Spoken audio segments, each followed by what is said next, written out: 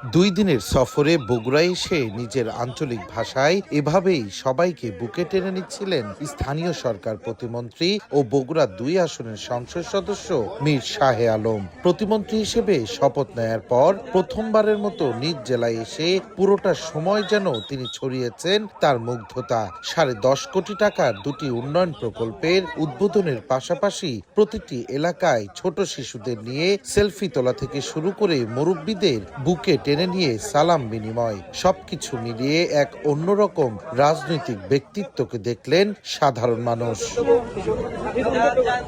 ১৯৯৭ সালে মাত্র ২৫ বছর বয়সে শিবগঞ্জের আটমল ইউনিয়ন পরিষদের চেয়ারম্যান নির্বাচিত হয়েছিলেন মীর শাহে আলম। এরপর ২০০৯ সালে নির্বাচিত হয়েছিলেন শিবগঞ্জ উপজেলা পরিষদের চেয়ারম্যান হিসেবেও। বগুড়া জেলা বিএনপির সহসভাপতি ও শিবগঞ্জ উপজেলা বিএনপির সভাপতি হিসেবে সুদীর্ঘ সময় নেতৃত্ব দিয়েছেন রাজপথের লড়াই সংগ্রামে।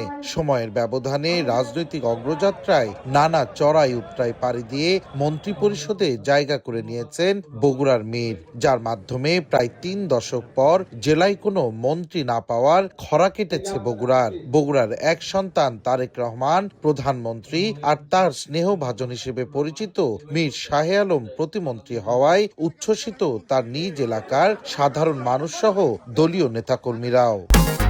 প্রাণ লাগছে, খুব খাচ্ছি, আরাম পাচ্ছি।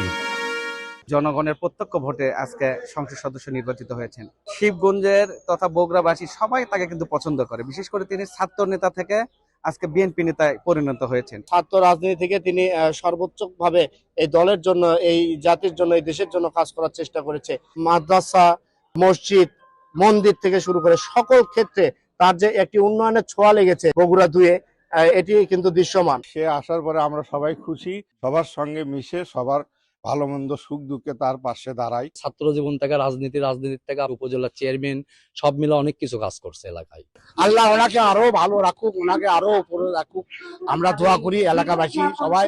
এদিকে স্থানীয় সরকার প্রতিমন্ত্রী হিসেবে বগুড়া সফরে এসে দীর্ঘ ১৭ বছর রাজনৈতিক বৈষম্যে উন্নয়ন বঞ্চিত থাকা বগুড়ার সমতা ফিরিয়ে আনার কথা বলেন মীর শাহে আলম। দ্রুততম সময়ে বগুড়ার সিটি কর্পোরেশন বাস্তবায়ন, বিমানবন্দর চালু, ঢাকা বগুড়া রেলপথ ও বিশ্ববিদ্যালয় নির্মাণ, ৩,০০০ কোটি টাকা ব্যয়ে করতোয়া নদী রক্ষা প্রকল্প বাস্তবায়ন সহ একগুচ্ছ উন্নয়ন বাস্তবায়নের স্বপ্ন দেখান তিনি।